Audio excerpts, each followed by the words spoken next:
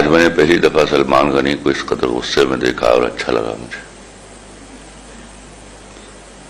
میں نے سجاد میر صاحب کو بھی غصے میں دیکھا. یہ وہ دو لوگ ہیں جن کو سن کر میں اپنے غصے کو کم کرتا ہوں.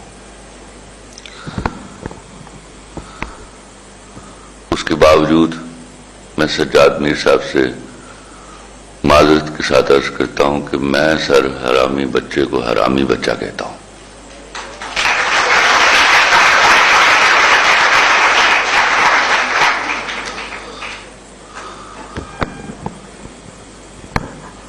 میرے نگران وزیر اعظم نے اگر فلسطین کے حوالے سے کوئی مذمتی بیان نہیں دیا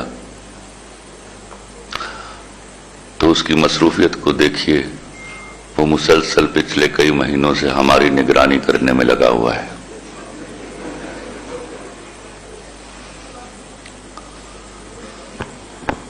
آپ نے بڑی خوبصورت بات کرتے کرتے چابک دستی سے ایک لفظ بدلا اور میں تالی بجاتے بجاتے رہ گیا. آپ نے کہا اگر ہم عربوں کی حکومتیں نہیں بدل سکتے تو اپنی حکومت کو سمجھائیں. کہنا آپ یہ چاہ رہے تھے کہ اگر آپ عربوں کی حکومت نہیں بدل سکتے تو اپنی حکومت ہی بدل لیجئے. اور یہی صحیح لفظ ہے. میں آپ سے عرض کروں میں فلسطین کے کرب کے تاریخی حوالوں پہ نہیں جاؤں گا کیونکہ یہ دونوں مجھ سے بڑے آدمی ہیں اور ان کا علم بھی اس حوالے سے بہت زیادہ ہے. لیکن میں آپ لوگوں سے پوچھنا چاہوں گا اور آپ لوگوں کو بتانا چاہوں گا. آپ لوگوں نے کبھی سوچا ہے کہ گنڈا کیسے بنتا ہے؟ گنڈا تب جنم لیتا ہے جب ہم اس سے ڈرنے لگتے ہیں. 75 سال جس میں ہم نے اسرائیلیوں کو گنڈا بنایا وہ ہمارا خوف تھا، اس سے بھی اور اس کے ابا امریکہ سے بھی. ہمارے خوف نے ہمارے اندر کی وہ رمق پیدا کی ہے جو بجھنے کا نام نہیں لے رہی. مجھے اور آپ کو جب ان دلاسوں پر رکھا جائے گا کہ اگر خدا نہ خواستہ ہم نے منہ بھر کر امریکہ کے خلاف کوئی بات کر دی تو ہماری امداد روک لی جائے گی.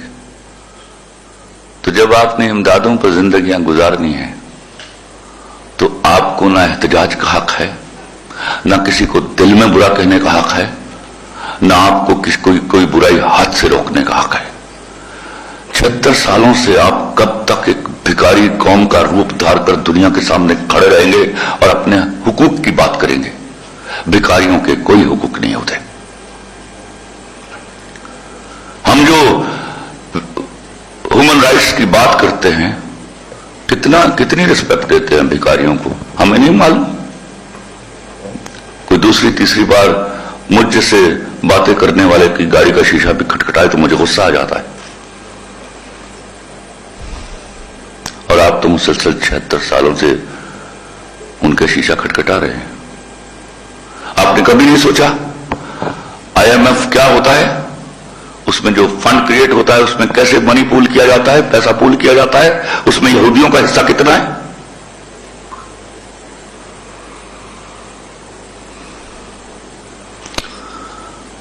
یاد رکھیے گا ایک بہت بڑی ٹرک کی بتی آپ کو دکھائی جاتی ہے، 5th جنریشن وار اور ہائیبرڈ وار.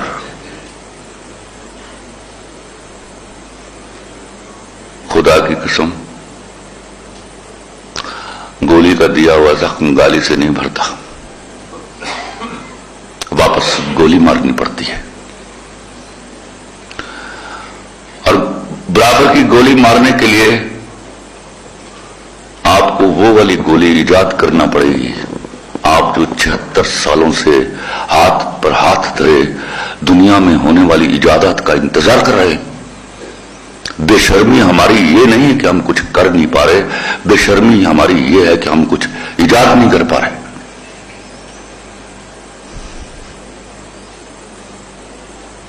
ایک بڑی ایجاد آپ کو